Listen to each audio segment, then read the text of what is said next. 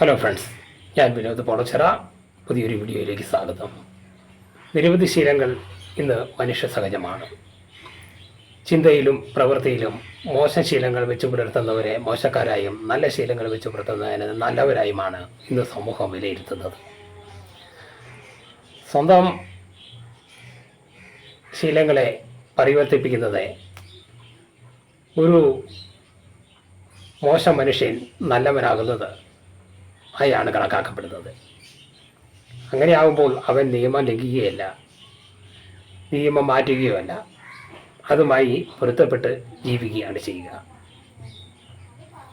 അങ്ങനെയുള്ളവർ സ്വാർത്ഥതയല്ല, മറിച്ച് സദാചാരത്തിന് മൂല്യം കൽപ്പിച്ചുകൊണ്ട് മുന്നോട്ട് ജീവിക്കാൻ ശ്രമിക്കുകയാണ് ചെയ്യുക. ഉന്നതമായ പ്രവൃത്തികളിലൂടെ അവൻ സമൂഹത്തിൽ ഇടം നേടുകയും ചെയ്യും. ശീലം എന്നത് ആവർത്തനമാണ്. നമ്മുടെ വ്യക്തിത്വത്തിൻ്റെ ഭാഗമായുള്ള കാര്യങ്ങൾ ആവർത്തിച്ച് ചെയ്യുന്നതിനെയാണ് ശീലം എന്ന് പറയുന്നത്. ചിലർ നല്ല സാമർഥ്യം കാട്ടും. സാമർഥ്യം എന്നത് മനുഷ്യവുമായുള്ള ഉറച്ച ഒരു ശീലമാണ്. മനുഷ്യൻ ചിന്തകളുടെയും പ്രവൃത്തികളുടെയും നിരവധി ആവർത്തനങ്ങളാണ്. ഓരോ മനുഷ്യനും സ്വന്തം ചിന്തകളുടെ ശേഖരം തന്നെയാണ്. നല്ല സാഹചര്യങ്ങളിൽ ജനിക്കുകയും ജീവിക്കുകയും വളരുകയും ചെയ്യുന്നവർ നല്ല ശീലങ്ങൾ മാത്രം തിരഞ്ഞെടുക്കുവാനായി വ്യഗ്രത കാട്ടാറുണ്ട്. മോശം സാഹചര്യങ്ങളിൽ ജീവിത ശൈലികളെ മാത്രമല്ല ശീലങ്ങളെയും പരുവപ്പെടുത്താനാവാതെ മുന്നോട്ട് പോകാറുണ്ട്.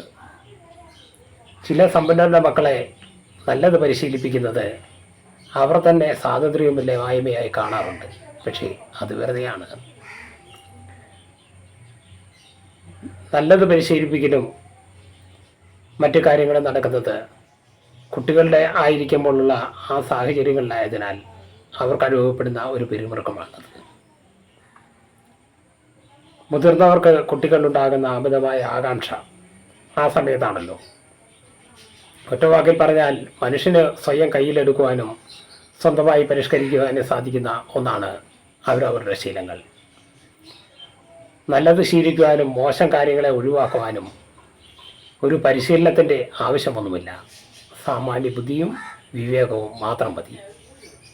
അടുത്തൊരു വീഡിയോയിൽ കാണും വരെ ഗുഡ് ബൈ. പിന്നെ ചാനൽ സബ്സ്ക്രൈബ് ചെയ്തിട്ടില്ലാത്തവർ ഒരു സാധാരണക്കാരൻ്റെ ചാനൽ എന്ന നിലയിൽ സബ്സ്ക്രൈബ് ചെയ്ത് സഹകരിക്കുക. Good bye.